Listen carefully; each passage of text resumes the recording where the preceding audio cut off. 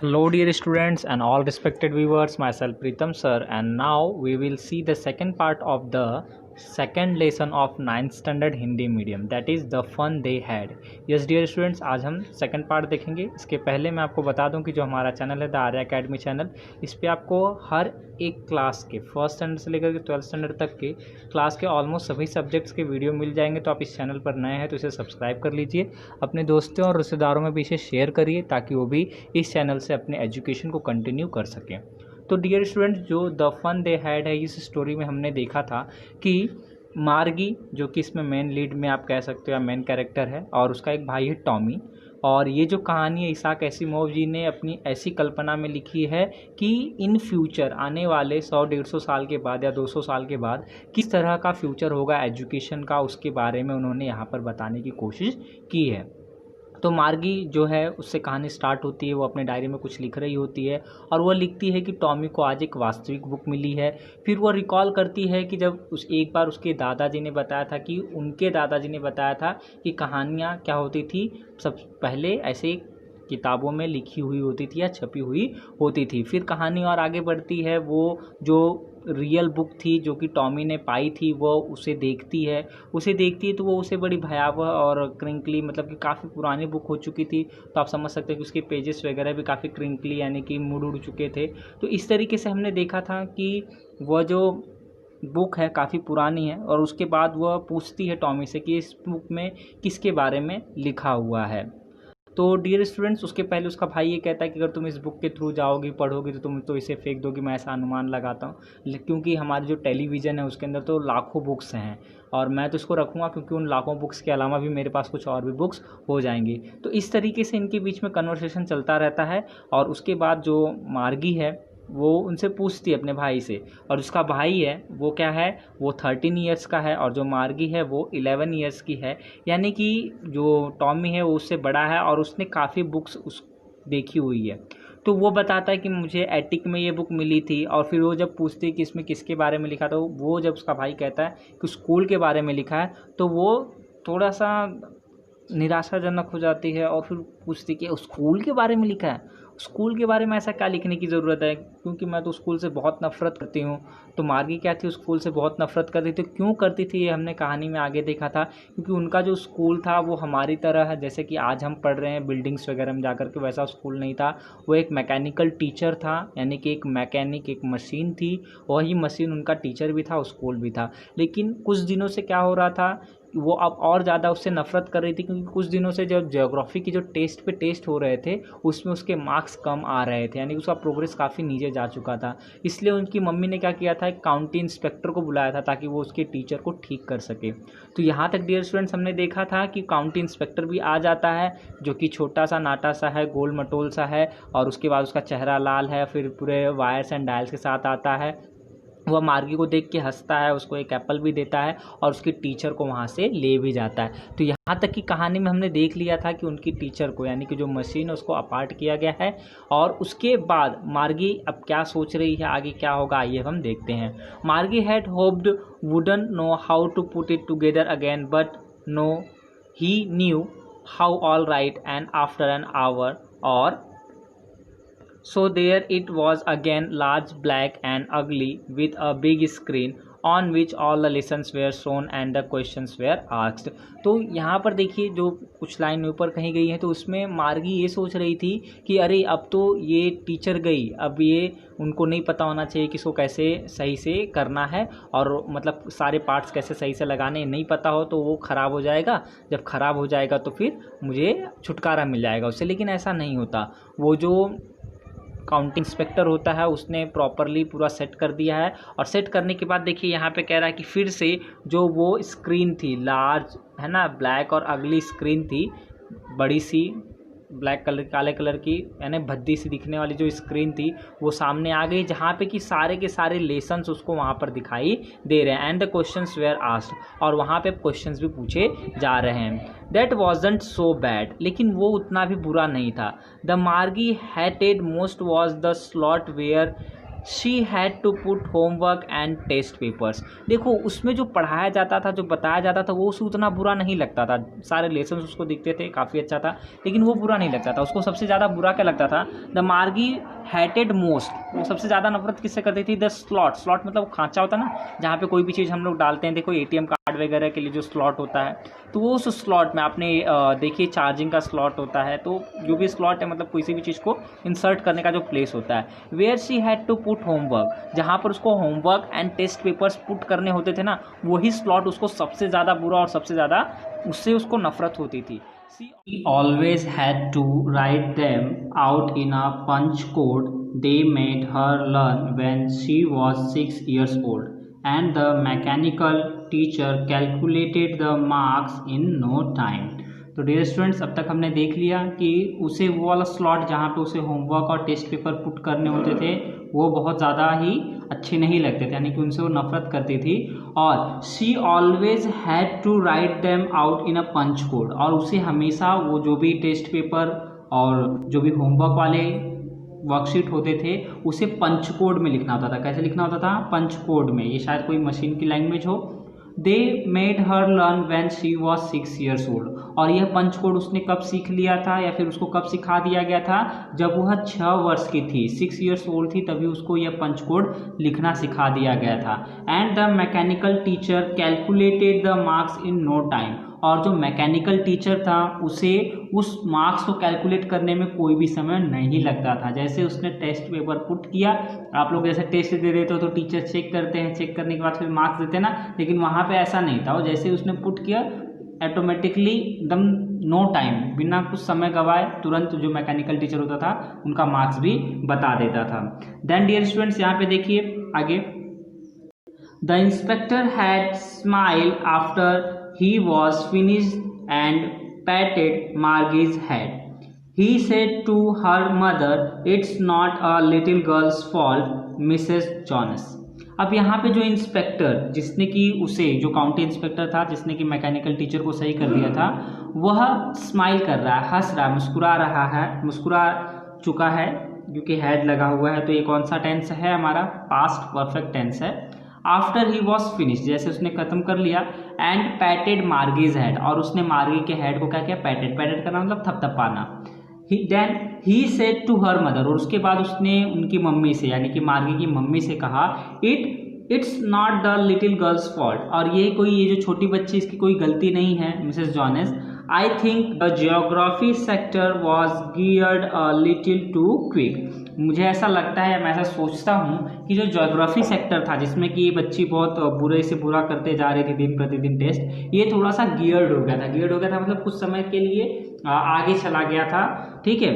Those things happen sometime, जो कि कभी कभी ऐसा हो जाता है, कभी कभी मैकेनिकल टीचर के साथ ऐसा हो जाता है कि वो गियर्ड अप हो जाता है, क्योंकि उसे तो नहीं पता होता कि सामने वाले की क्या है, मतलब कि IQ क्या है या फिर उसका लेवल क्या है, तो वो ऑटोमेटिकली क्या हो गया होगा? गियर्ड अप हो गया होगा। I have solved it, slowed it up to an average 10 year level, और मैंने इसे अब स्लो कर दिया। स्लोड क्या है? स्लो का सेकेंड फॉर्म है, तो मैंने इसे अब स्लो कर दिया है अप टू 10 years लेवल। 10 साल की बच्ची के लिए मैंने इसे स्लो कर दिया, अब ये इजीली अच्छे से वर्क करेगा।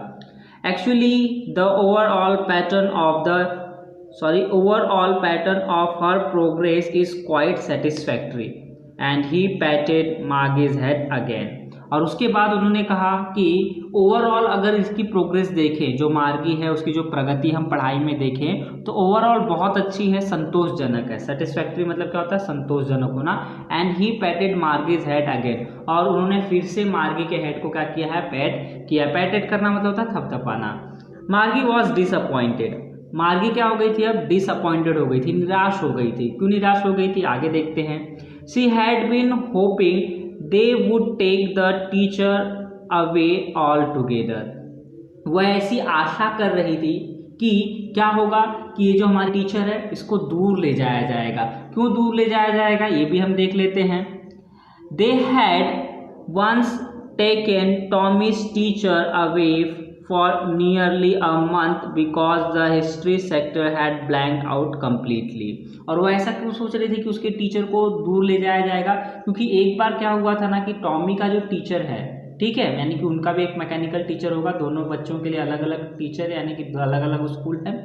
तो वो लगभग नियरली यानी कि आसपास या लगभग अ मंथ, 1 महीने के लिए उसे लेकर के गया था, मतलब कि उस मशीन को कहीं और ले गए थे।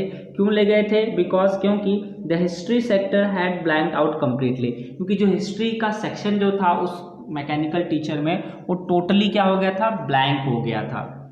सो she said to Tommy why would anyone write about school, और इसीलिए वो टॉमी से कहते, अपने बड़े भाई से कहते कि क्यों कोई एक स्कूल के बारे में लिखेगा, ठीक है।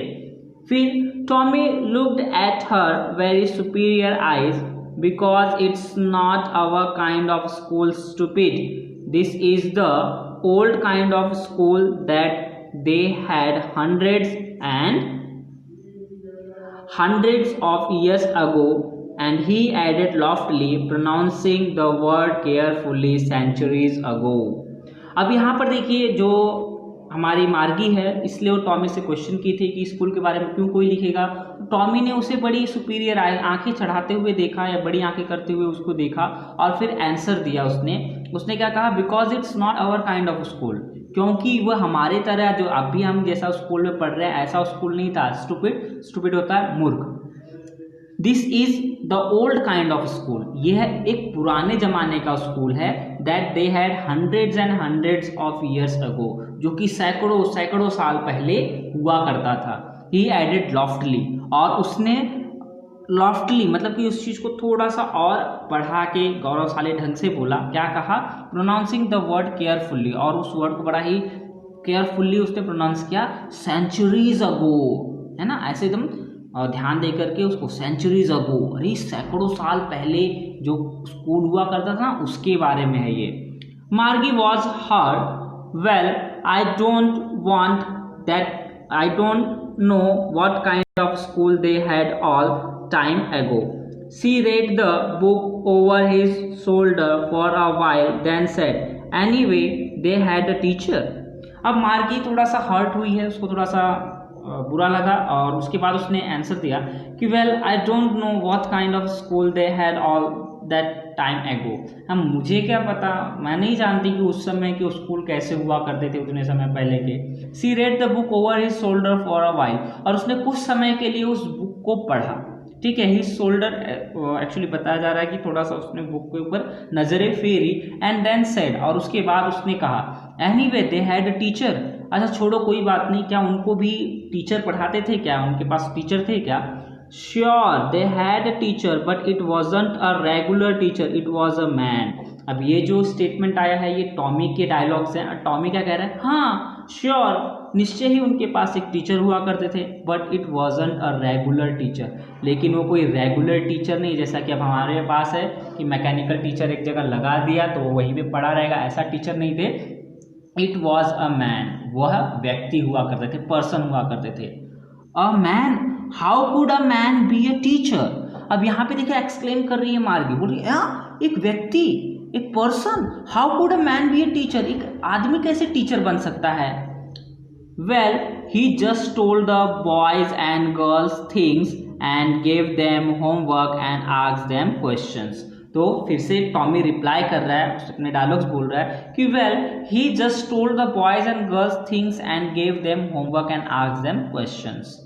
हाँ ठीक है, वो क्या करते थे कि जो लड़के और लड़कियां होते थे उनको कुछ चीज़ें बताते थे, फिर उनको होमवर्क देते थे यानी कि गृह कार्य देते थे, एंड आस्क देम क्वेश्चंस, और उनसे प्रश्न पूछते थे इस तरीके से।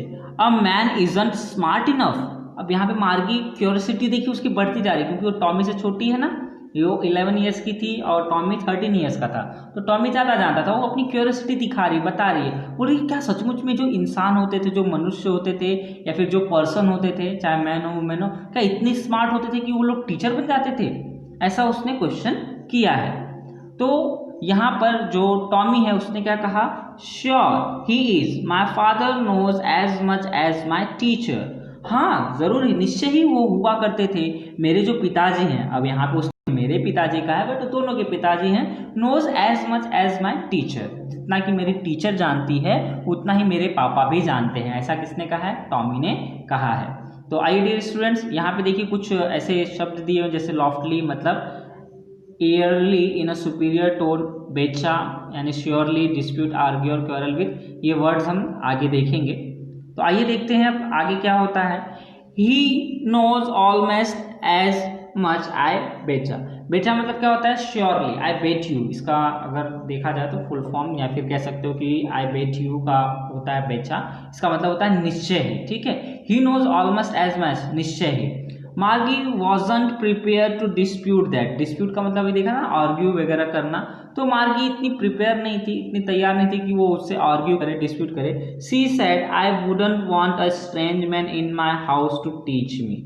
और उसने ऐसे कहा, है ना, जैसे कि प्रिपेयर तो नहीं थी डिस्प्यूट करने के लिए, मतलब कि आर्गूमेंट वगैरह करने के लिए, फिर भी उसने एक चीज कहा कि आई wouldn't want a strange man, मैं नहीं चाहूंगी कि एक अनजान व्यक्ति, स्ट्रेंज मैन मतलब अनजान व्यक्ति, इन माई हाउस, मेरे घर में आए, तो टीच मी, मुझे पढ़ाने के लिए कोई एक अनजान व्यक्ति मेरे घर में आए, मुझे पसंद नहीं है, मैं ऐसा नहीं चाहती।